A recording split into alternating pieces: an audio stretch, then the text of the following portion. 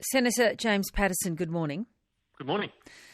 The Chinese government has called on you and your colleague to repent for your criticism of the Chinese Communist Party, will you? Virginia, I'm not really the repenting type. I'm an agnostic. But even if I wasn't, I'm certainly not going to be repenting my political views on the command of an authoritarian foreign power. I guess that's just the problem. If you start describing China as an authoritarian foreign power when they're supposed to be our close trading partner, and when, as your Treasurer Josh Frydenberg says, we must manage our differences, you're actually part of the problem, aren't you? What about my description do you think is inaccurate? Not up for me to decide that, but if it's an offensive one to China and we're trying to maintain a good trading relationship with them, and as Josh Frydenberg says, let's be careful in what we say, then aren't you part of the problem? Well, you're putting a proposition to me, Virginia, which sounds to me like I shouldn't be truthful about something, and I don't agree. There's truth, and then there's just being critical for its own sake and also offensive of a foreign power that means a great deal to us. Did you expect they would give you a visa after saying such things? Does it seem reasonable to you? Well, the language to describe China as an authoritarian power is the same language that our foreign minister and many others have used, and it's an accurate description of their political system. And if what's required to be welcome to China is to lie and be dishonest about what China is, then that's not a price that I'm willing to pay. How about being a bit more discreet or a little bit more diplomatic? Sometimes when people say they want us to be discreet or respectful or measured in our language, what they really mean is they don't want us to raise any sensitive issues at all, or just raise them in such an oblique way that no one has any idea what we're talking about. That would be failing in my duty to the Australian people. I was elected to represent their interests, their concerns and their values, and I'll do that. Well, then it would seem to be self-defeating. I don't see why you would then want this visa to go on this study tour as planned next month, if that's also the position you want to hold. You want to be a truth teller calling out these governments, as you say, from time to time, then why apply in the first place?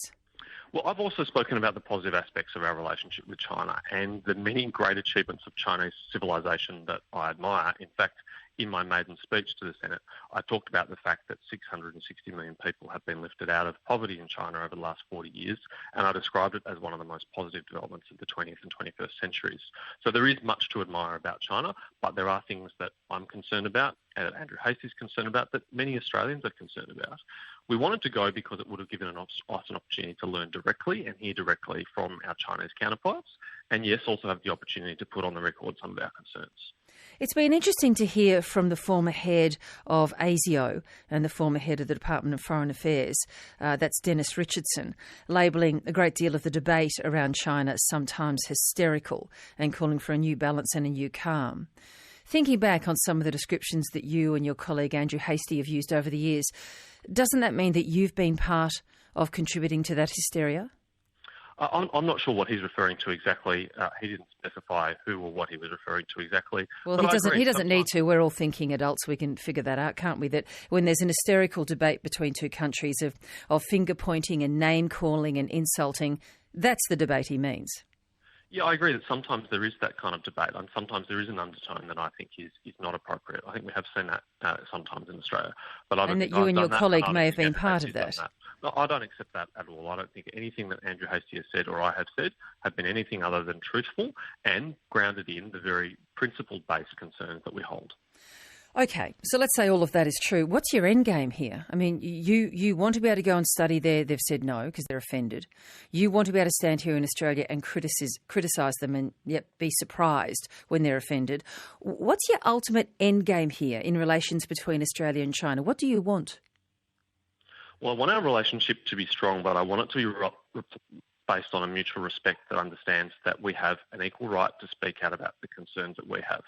Neither Andrew or I would ever dream of saying that China or Chinese politicians should be restricted in the way that they speak about Australia or about China or any other matter as a basis for refusing them to come and visit Australia. Sure, let me just jump in there, but I'm speaking beyond speaking and what we might say about each other. What's your end game or desire for Australia and China in all of this? I get that you want to be able to say what you want to say, but what do you want here for the two countries? Because I can't see that happening or being achieved by your approach right now. So what do you really want? On the contrary, I disagree, Virginia. The worst thing that we could do is acquiesce and fall silent and go along with all the commands that have been put upon us by the Chinese embassy in this case and other commentators previously. That would teach the Chinese government that Australia can be pushed around, that they can dictate to us what we should do or say, and that would not be the basis for a healthy relationship. A healthy relationship relies on mutual respect, and unless we have that on both sides, then we're going to have a bad relationship. I still don't get what you want. You're still not articulating to the listener this morning what exactly you and your colleague are after long term here in the relationship between China and Australia. What can we benefit? I think we can continue to benefit from a very healthy trading relationship. I hope that continues to grow. I hope that our people-to-people links continue to grow. I hope our cultural links continue to grow. And I hope that our Chinese counterparts understand that Australia is a democracy where our politicians practice freedom of speech and that we will never be silenced about the issues which we do occasionally disagree. It's been interesting to us here at ABC Radio Melbourne, where we held a forum with a very large number of Chinese Australians who live and work in Melbourne. And it was interesting to hear how hurt and offended they get by being lumped in as one when they hear politicians and other high-profile people speak of China and Chinese, as if they were all just one thing, as if really they were all just could be reduced to the Chinese government, and the individuals in China aren't different from the government. Do you think you've walked into that trap in just talking about this thing called China and not appreciating there would be many, many differences and difference of opinion amongst the Chinese people themselves? On the contrary, Virginia, one of the reasons why I speak out is because of the concerns I get from my constituents who are Chinese ethnically but Australian citizens, and I appreciate the rich diversity within the Chinese community we have in Australia. Sometimes for brevity in a conversation with you, I might refer to China, but what I'm really referring to is the Chinese Communist Party, which is not the same thing as the Chinese people. James Paterson, you don't expect this invitation anytime soon, or this visa? I'm not holding my breath, Virginia. Thanks for joining us today. Thank you very much. James Paterson there, who